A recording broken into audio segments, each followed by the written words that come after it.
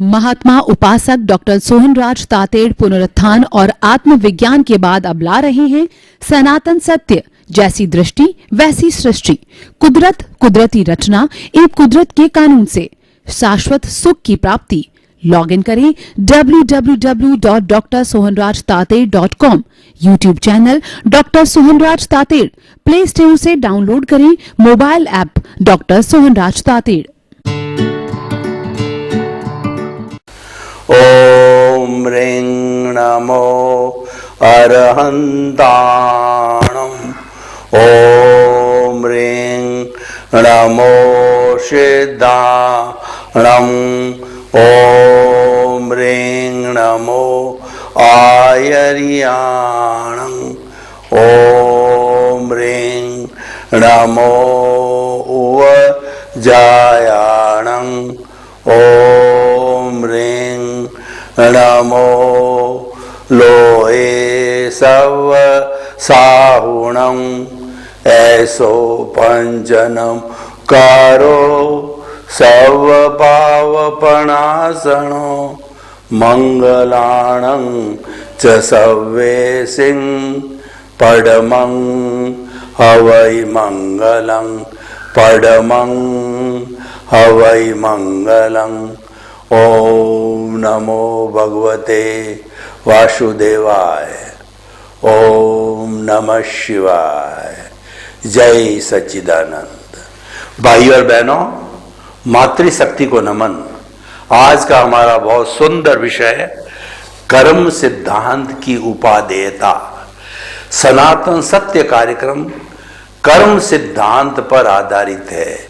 और जब हम चेतना की बात करते हैं, जब हम अपने अस्तित्व की बात करते हैं, तब कर्म सिद्धांत को साथ में रखना ही पड़ता है।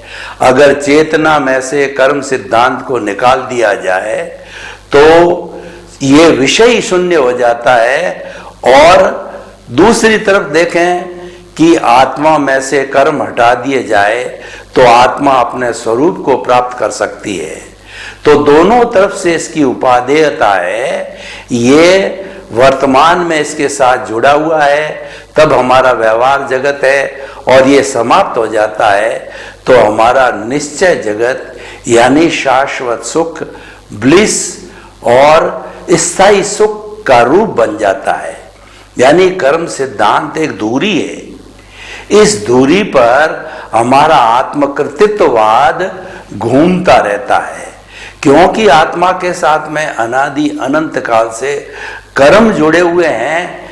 इसीलिए हमको इसकी चर्चा करनी पड़ती है। और उस कर्म के उदय और प्रारब्ध के अनुसार ही हमारा जो व्यवहार जगत है वो चलता है। और उसको समाप्त करना ही हमारे जीवन का मुख्य उद्देश्य है। तो हम कर्म सिद्धांत की आज के परिप्रेक्ष्य में उपादेयता की बात करें तो ये समसामयिक विषय है। कर्म सिद्धांत बहुत ही उपादेय सिद्धांत है। और मैं अगर ये कह दूं कि इस व्यवहार जगत का ईश्वर है वो कर्म सिद्धांत है तो कोई अतिशयोक्ति नहीं होगी। क्योंकि इंसान जो कुछ भी भुगतता है वो अपने कर्मों के अधीन ही भुगतता है। दुनिया की ऐसी कोई ताकत, 33 करोड़ देवी देवता भी मान लें तो कोई ऐसी ताकत नहीं जो आपका भला कर सके। कोई ऐसी ताकत नहीं जो आपका बुरा कर सके। और भला और बुरा करने वाले आपके कर्म ही हैं। आप देखिए, इस पूरे विश्व की आबादी 7.8 जो है अरब की आबादी है, परंतु उसमें से कितने लोग आपके पूरे जीवन में आपके संपर्क में आते हैं? सारे संपर्क में नहीं आते हैं। संपर्क में वही आते हैं जिनके कर्मों का हिसाब किताब बाकी है, जिनका लेन देन बाकी है, जिनका उदय और प्रारब्ध बाकी है, वही संपर्क में आते हैं। तो ये एक पूरा उपादेय जो है सिद्धांत है। और इसकी हमें जो है बहुत अच्छी तरह से सांगोपांग व्याख्या करनी चाहिए। सबसे पहले हमें ये समझना है कि कर्म है क्या। जो भी हमारे भारतीय और भारतीयतर दर्शन कर्म सिद्धांत में विश्वास रखते हैं, आत्मा में विश्वास रखते हैं, वहाँ पे कर्म अवश्य ही विषय के अंदर आता है, क्योंकि कर्मों के अधीन ही आत्मा जकड़ी हुई है। तो जैन दर्शन के अनुसार कर्म जो है एक पौद्गलिक वस्तु है और इसके परमाणु हैं, एक एक परमाणु का हिसाब है। परमाणु कौन से हैं? चतुस्पर्शी है। जैन दर्शन में दो स्पर्श के दो तरह के परमाणु बताए गए हैं। एक तो चतुस्पर्शी जिसमें वर्ण होता है, गंध, जिसमें स्निग्ध, उक्स और रुक्ष्ण ये 4 स्पर्श होते हैं, और दूसरे तरह के परमाणु होते हैं जिसके अंदर 8 स्पर्श होते हैं। तो 8 स्पर्श है वो आंखों से दिखाई देते हैं, विज्ञान की दूरबीन से दिखाई देते हैं, और 4 स्पर्श वाले हैं वो दिखाई नहीं देते हैं। और उसको विज्ञान जो है मासलेस पार्टिकल कहता है। यानी एक यूनिवर्सल ट्रुथ क्या है कि जन्म जन्मांतर से जब हमारी आत्मा एक शरीर को छोड़ के दूसरे शरीर में जाती है तो पीछे वो अपना कुछ चिन्ह छोड़ के नहीं जाती है। चिन्ह छोड़ के क्यों नहीं जाती है कि जिस पूर्व शरीर के अंदर वह थी वह तो मिट्टी होने के कारण जला दिया जाता है, यानी संपन्न हो जाता है। और जिस शरीर के अंदर ये कर्म जो है वो हमारे परमाणु कहिए, कर्म रज कहिए, या जो है हमारा कॉजल बॉडी कहिए, कर्म शरीर कहिए, उसी से ही सारा हमारा भुगतान और लेन देन होता है। और इस कर्म को जो ताना जाता है ये ब्रह्मांड में मौजूद है। चतुस्पर्शी और अष्टस्पर्शी दोनों ब्रह्मांड के अंदर मौजूद है। जब मन, वचन, काया ये 3 जो है हमारे भाग है कोई भी वृत्ति करने के लिए, तो जब कोई भी ये फंक्शन करते हैं, वृत्ति करते हैं, क्रिया करते हैं, तो इसी ब्रह्मांड में से चतुस्पर्शी पुद्गलों को खींच करके और हमारे भीतर जो कषाय है, कर्म शरीर है, उसको ला करके सौंप देते हैं। और कर्म शरीर में जो विभाग बने हुए हैं उन विभागों में जाकर के और ये कर्म अपने अपने खाने में कहिए, अपने अपने विभाग के अंदर इकट्ठे हो जाते हैं। कर्म जो है वो द्रव्य रूप में मूल 8 तरह के कर्म है।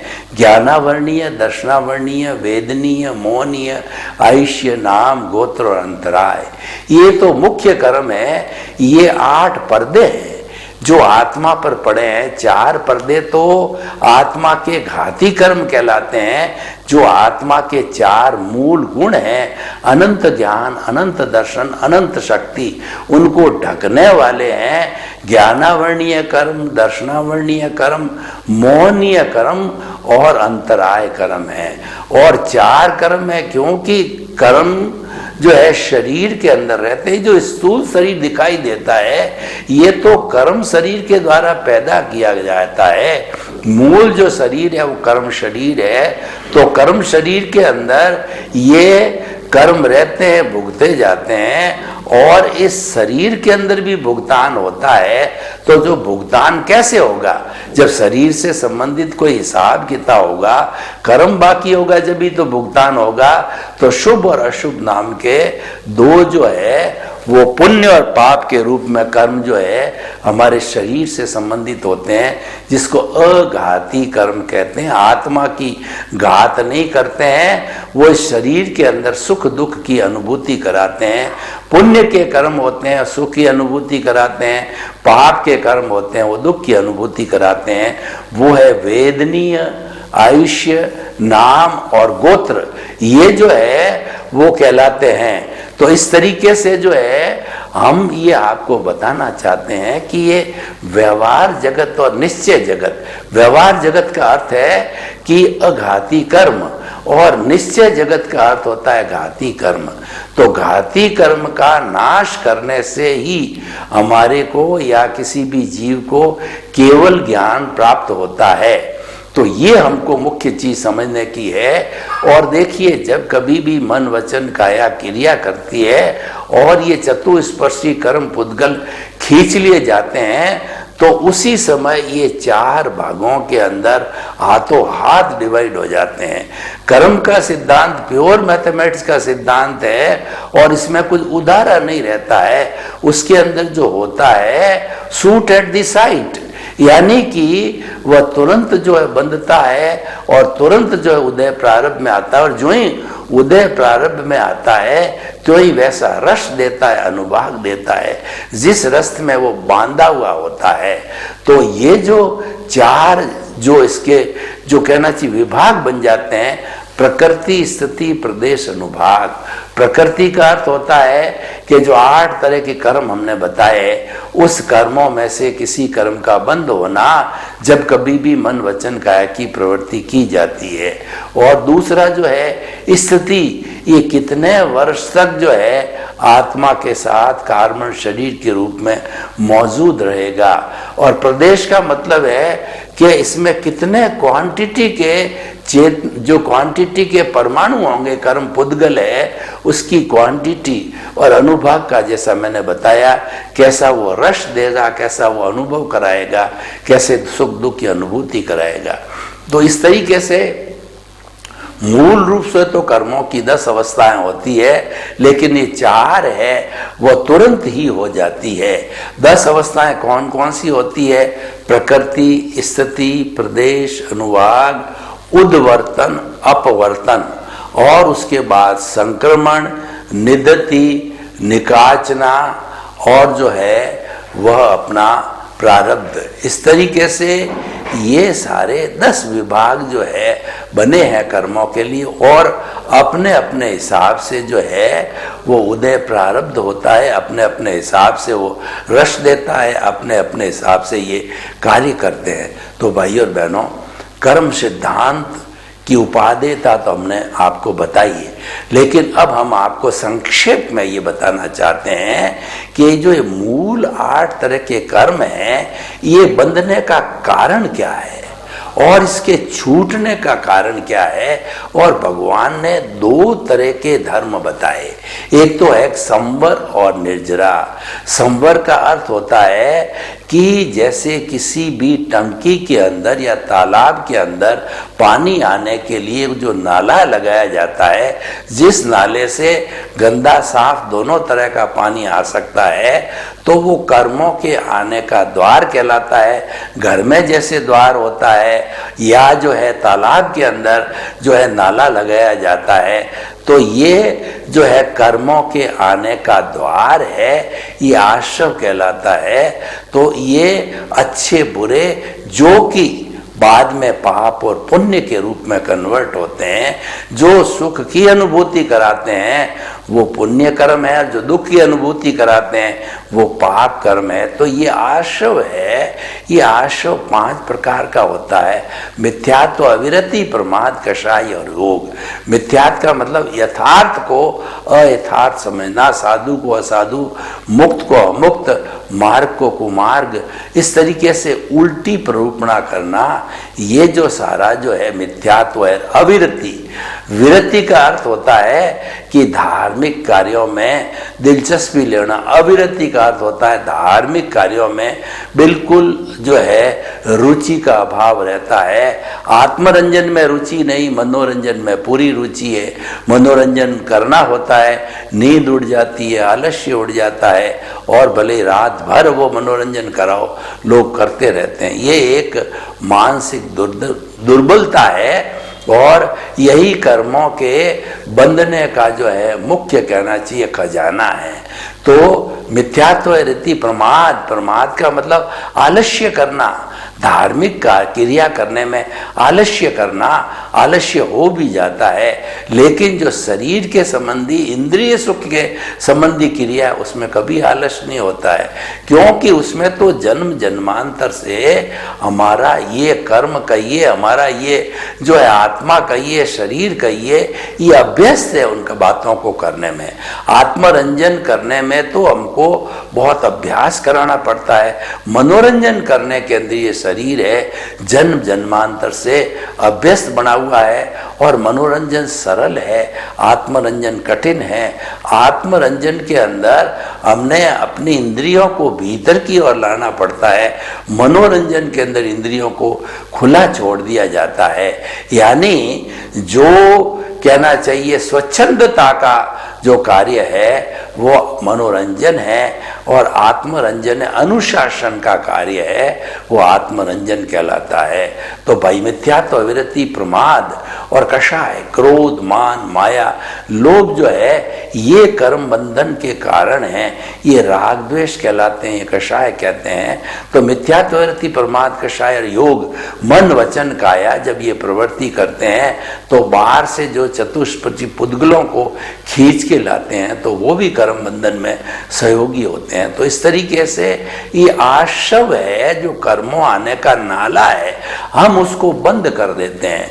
सबसे बड़ा आश्रव ये है कि प्राणी मात्र को किंचित मन से, वचन से, काया से, करने से, करवाने से, अनुमोदने से किसी भी प्राणी को किंचित मात्र भी दुख न देना, कष्ट न देना, उसका तिरस्कार न करना और उसको मारना, पीटना, अपघात करना न किया जाए, ये सबसे बड़ा संवर है। तो संवर एक साधना है और निर्जरा उसकी निष्पत्ति है। जब हम साधना करने बैठते हैं तो हमारा जो आत्मा के ऊपर कालाणु के रूप में असंख्य जो पुद्गल चिपके हुए होते हैं, वो पुद्गल जो है वो धीरे धीरे नष्ट होने लगते हैं, अलग होने लगते हैं, उसी का नाम निर्जरा है। और आंशिक रूप से ये निर्जरा होती है और संपूर्ण निर्जरा होती है वो मुक्ति की। जब हमारी आत्मा शरीर को छोड़ करके अन्य जो है वो शरीर में जाती है तो ये मुक्ति की अवस्था आ जाती है, ये अंतराल गति कहलाती है। तो इस तरीके से कर्मों का आत्मा से अलग होना, कॉजल बॉडी से अलग होना, detachment of the karma from the causal body is called the nirjara. तो ये मुख्य रूप से दो धर्म है भगवान के बताए हुए, इस धर्म का हमें पालन करना चाहिए। तो हम जो बात कर रहे थे कर्म सिद्धांत की उपादेयता, तो इन 8 कर्मों में पहला कर्म है ज्ञानावरणीय कर्म। ज्ञानावरणीय कर्म जो है हमारा जितना भी ज्ञान है, मति है, श्रुत है, अवधि है, मन प्रयोग, केवल ज्ञान, इन सब के ऊपर ये 5 तरह के ज्ञान के ऊपर पर्दा डाल देता है। इस पर्दा डालने का कारण क्या है कि जब हम कभी भी ज्ञानी पुरुष है, ज्ञानी पुरुष में अर्यंत सिद्ध आचार्य, उपाध्याय और साधु, इन ज्ञानी पुरुषों की हम अवहेलना करते हैं, तिरस्कार करते हैं, अनादर करते हैं, घृणा करते हैं, इनको अच्छा नहीं समझते, इनको जो है हम नमस्कार नहीं करते, इनमें श्रद्धा नहीं करते, तो हमारे ज्ञानावरणीय कर्म का बंद होता है। और ज्ञान के जितने साधन हैं जैसे कि अंग, उपांग और जो हमारे कहना चाहिए कि जितने भी आगम हैं, उसके अलावा धार्मिक पुस्तकें हैं, महापुरुषों के वचन हैं, यूट्यूब के जो है अच्छे अच्छे प्रवचन हैं, इन सब को जो है हम किसी भी तरीके से इग्नोर करते हैं या किसी भी तरह से हटा देते हैं, इनको हमारी कार्य प्रणाली में नहीं लाते हैं और इनको हटा करके बाधा पहुंचाते हैं। यानी ज्ञान के जो है कार्य में कोई भी बाधा पहुंचाने से ज्ञानावरणीय कर्म का बंद होता है। ज्ञानावरणीय कर्म एक आंख पे पट्टी बांधने के समान है, और जिस कारण से ये जो ज्ञानावरणीय, दर्शनावरणीय, मोहनीय और अंतराय कर्म बनते हैं, उसी कारण से वापस जो है पुरुषार्थ करके कर्म काटे जा सकते हैं। क्योंकि हर जो है वो एक प्रवृत्ति की जो है प्रतिरोधात्मक शक्ति होती है। तो हमारे जो इन कर्मों की भी ज्ञानावरणीय कर्म की प्रतियोगिता यानी प्रतिरोधात्मक शक्ति है, वो ज्ञान है। उस ज्ञान का विकास करके और ज्ञानावर्णीय कर्म को जो है हम मिटा सकते हैं। दूसरा, जैसे ज्ञानावर्णीय है उसी तरीके से दर्शनावर्णीय है। ज्ञान और दर्शन है ये आत्मा का लक्षण है, इसलिए अलग अलग लेने पड़ते हैं और वास्तव में दोनों एक ही है। आत्मा ही ज्ञान है, ज्ञान ही आत्मा है। तो उस आत्मा का जो दर्शन का मतलब श्रद्धा होना। हमें किसी भी हमारे जो भीतर विराजमान प्रभु है, भगवान है, आत्मा है, हमारी चेतना है, हमारा जो कहना चाहिए कि हमारा ये जो स्वरूप है उसके अंदर जो है अपना कहना चाहिए विश्वास रखना जो है यह कहलाता है हमारा मुख्य रूप से जो है वो इनको जो है दर्शनावर्णीय कर्म रोकता है। दर्शनावर्णीय कर्म एक पुजारी की तरह है। तो पुजारी क्या करता है कि वह भगवान के मेन गेट के ऊपर पर्दा डाल देता है और वो ईश्वर के दर्शन नहीं करने देता है। तो ये दर्शनावर्णीय कर्म हमारे जितना ज्ञान की प्राप्ति होनी चाहिए वो होने नहीं देता, उसके ऊपर आवरण डाल देता है। और तीसरा जो मुख्य जो है हमारा कर्म है वो मोहनीय कर्म है। मोहनीय कर्म जो है सेनापति है और इसको सबसे पहले जीतना होना चाहिए, क्योंकि किसी की सेना के सेनापति या राजा को बंदी बना दिया जाता है, राजा मर जाता है या मार दिया जाता है, उसको हरा दिया जाता है तो सेना छिन्न भिन्न हो जाती है, तीतर बीतर हो जाती है और वो भाग जाती है। तो हमें इस 8 कर्मों के राजा मोहनीय कर्म के ऊपर पहले कंट्रोल करना चाहिए। मोहनीय कर्म जो है एक शराबी की तरह कहा गया है।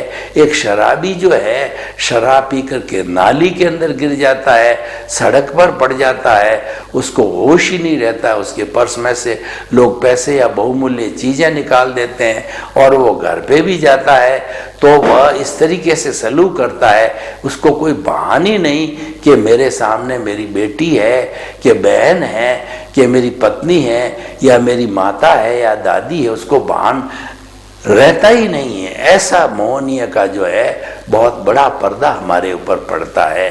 और मोहनीय कर्म जो है ये सुख की अनुभूति नहीं होने देता। सारा मोह का संसार है, ये दुख का संसार है। और मोहनीय कर्म के बंधने का कारण है कि हम जितने भी जीवित प्राणी हैं उन सब जीवित प्राणियों के जीवन का हनन करते हैं, उनको किसी की रूप में मारते हैं, प्रताड़ना देते हैं और जो उनको परेशान करते हैं। तो इसीलिए मोहनीय कर्म का बंध होता है। और मोहनीय कर्म का जो है ये उत्कृष्ट स्थिति 70 करोड़ सागर दर्शन मोहनीय है, वो हमारी आत्मा के साथ में लगा रहता है। और ज्ञानी पुरुष है उनके पास में ज्ञान होता है, अतिशय होता है, उनकी कृपा होती है और किसी भी प्राणी का भाग्योदय पुण्योदय होता है तो ये दर्शन मोहनीय को भस्मीभूत करके उसके कर्मों के बंधन को भी रोक सकते हैं। इसीलिए हमें हमेशा जो है ज्ञानी पुरुष सद्पुरुष की जो है तलाश में रहना चाहिए। तो ये सारा मोहनीय कर्म का है जो कि एक शराबी की तरह है। और चौथा जो है हमारा अंतराय कर्म है। अंतराय का मतलब बाधा पहुंचना, बाधा डालने से हमको बाधा मिलती है। ये अंतराय 5 तरह की होती है: दान, लाभ, भोग, उपभोग, वीर्य। और जब हम किसी व्यक्ति दो कोई देने वाला है कोई लेने वाला है उसके बीच में बाधा डालते हैं, उन दोनों को भ्रमित करके और जो है उनका जो उसका कोई जो लेने देने का कार्य होता है तो दान का वह रुक जाता है। तो ये अंतराय से हमारे अंतराय कर्म का बंद होता है। और लाभ है, लाभ का आपस में किसी के एमओयू हुआ, कॉन्ट्रैक्ट हुआ कार्य का, लेकिन हमने बीच में पढ़ करके मिसअंडरस्टैंडिंग पैदा करके उस एमओयू को और दूसरा उसके आपस के एग्रीमेंट को जो है हमने गलत करार दिया, होने नहीं दिया। तो इसका मतलब हमने रोका। दान को, लाभ को, भोग होता है, भोजन है, कोई व्यक्ति भोजन कर रहा है हम उसको रोकते हैं तो भोगांतराय लगती है। किसी के कोई व्यक्ति लंगर चलाता है तो उसके अंदर बाधा पहुंचाते हैं तो हमें ये भोगांतराय लगती है।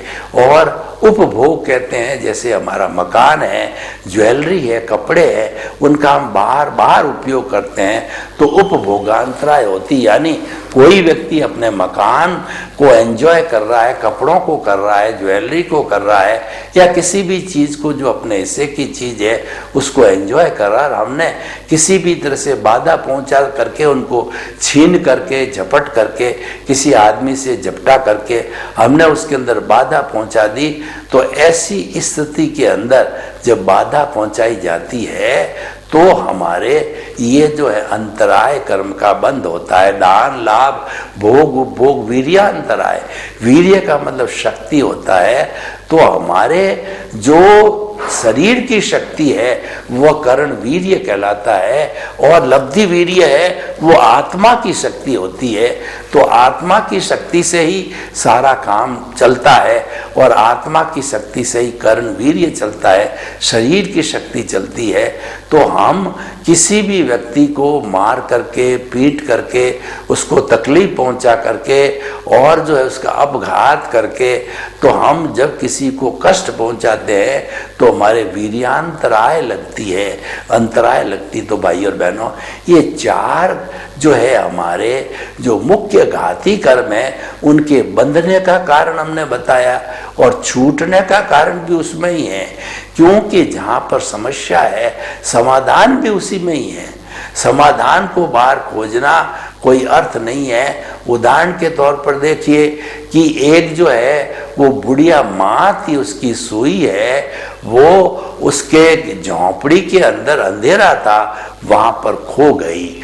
अब वो क्या, उसको ढूंढने के लिए झोंपड़ी के बाहर जो म्युनिसिपैलिटी की लाइट थी, उस लाइट में आकर के ढूंढने लगी। एक युवक आया कि जो माताजी आप क्या कर रहे हैं? उनका मैं सुई ढूंढ रही थी। तो उन्होंने पूछताछ किया कि सुई गुमी कहाँ है? तो सुई तो क्या है कि मेरी झोंपड़ी में गुमी थी, लेकिन वहाँ अंधेरा है, मैं उसको बाहर ढूंढ रही हूँ। तो हमारे कहने का मतलब ये है कि हमको सॉल्यूशन भी उस समस्या में ढूंढना चाहिए। समस्या के बाहर सॉल्यूशन होता ही नहीं है, और हर समस्या के साथ में समाधान होता है। तो जो कर्म बंधन के कारण हैं, उन कारणों को हम हटा देंगे तो निवारण हो जाएगा, क्योंकि ये लॉ ऑफ द नेचर है कि without the cause there is no effect at all. कारण कार्य का सिद्धांत जो है ये यूनिवर्सल ट्रूथ है, ये सार्वभौम सत्य है, ये अल्टीमेट रियलिटी है कि कारण के बिना कार्य नहीं होता, कार्य के बिना कारण नहीं होता है। तो ये एक दूसरे के कहना चाहिए कि ये कॉम्प्लीमेंट्री है, एक दूसरे के सपोर्टर है, पूरक है। तो भाई और बहनों, ये हमने सारा आपको बताया घाती कर्म का। अब समय की अल्पता को देख के चार हम अघाती कर्मों की उपादेयता के बारे में बताना चाहते हैं। अघाती कर्म जो होता है, जो शरीर में भुगतान के लिए होता है, तो पहला होता हमारा वेदनीय कर्म। ये जो वेदनीय कर्म है, ये मधुलिप्त चाकू है, वो हमारी जीभ पे लगता है, उसके समान बताया गया। जब जीभ पे चाकू लगता है तो हमको मीठा मीठा लगता है। इसका मतलब ये हुआ कि हमारा साता वेदनीय है, शुभ है। और अगर वो थोड़ा सा चाकू ज्यादा चल जाए, जीभ कट जाए, खून आ जावे, घाव हो जावे, तो ये असाता वेदनीय है। असाता वेदनीय से हमारे बीमारी आती है, और साता वेदनीय से शरीर स्वस्थ रहता है। और दूसरा जो है वो हमारा आयुष्य कर्म है। तो गति चार होती है, नरक गति, तिरंज गति, मनुष्य गति और देव गति। मनुष्य गति और जो है देव गति, ये शुभ गति कहलाती है। और मनुष्य गति मिलती है सरलता से, सहयोग से, भाईचारा से, और जो है व्यक्ति जो है दूसरों के साथ में अच्छा सलूक करे, ऐसा सलूक करे जो वो खुद नहीं चाहता है। तो इस सरलता की वजह से जो है ये मनुष्य जीवन मिलता है। और जो देवलोक मिलता है वो सराग, संयम, साधुपन पालो, श्रावकपन पालो, और जो है कोई भी तपस्या करो। तो जिसके अंदर अभी राग द्वेष पूरा नहीं हुआ है उसको सराग संयम बोला जाता है। ऐसी जो धार्मिक क्रिया करने वाले को जो है वो देवगति मिलती है। तो देवगति मनुष्य गति शुभ है, ये शुभ कर्मों से मिलती है। तो हमें जो है वो अपने मुक्ति की ओर जाने के लिए ये शुभ कर्म हमारे काम में आते हैं। तो भाई और बहनों, जो हमारा वेदनीय आयुष्य और नाम कर्म है, ये बहुत बड़ा अकाउंट है। इसकी 103 प्रकृतियां हैं और शुभ नाम कर्म की उच्चतम अवस्था वो है कि हम तीर्थंकर गोत्र का भी बंधन कर लेते हैं। ऐसे जो जितनी तपस्या का या ईश्वर में श्रद्धा करके भक्ति करके जो है और वैयावृत्य करके जो है हम जो है अपना ये कर्म है ये जो ले लेते हैं। तो इस तरीके से जो है हम कह सकते हैं कि ये पूरी कर्मों की उपादेयता आज के परिप्रेक्ष्य में बहुत ही जरूरी है। इसी कारण हमने इतना सारा आपको बताया। सर्वे भवन्तु सुखिनः, सर्वे सन्तु निरामया। लोक के सब जीवों को सुख मिले, शांति मिले, आनंद मिले, प्रेम मिले, सौहार्द मिले, भाईचारा मिले। हम सब मिलकर के स्वर्ग को धरती पर उतार लाएं। आपके प्रति मंगल भावना शुभ। महात्मा उपासक डॉक्टर सोहनराज तातेड़ पुनरुत्थान और आत्मविज्ञान के बाद अब ला रहे हैं सनातन सत्य, जैसी दृष्टि वैसी सृष्टि, कुदरत कुदरती रचना एवं कुदरत के कानून से शाश्वत सुख की प्राप्ति। लॉग इन करें www.drsohanrajtated.com। YouTube channel doctor Sohanraj Tated, play store से डाउनलोड करें mobile app doctor Sohanraj Tated.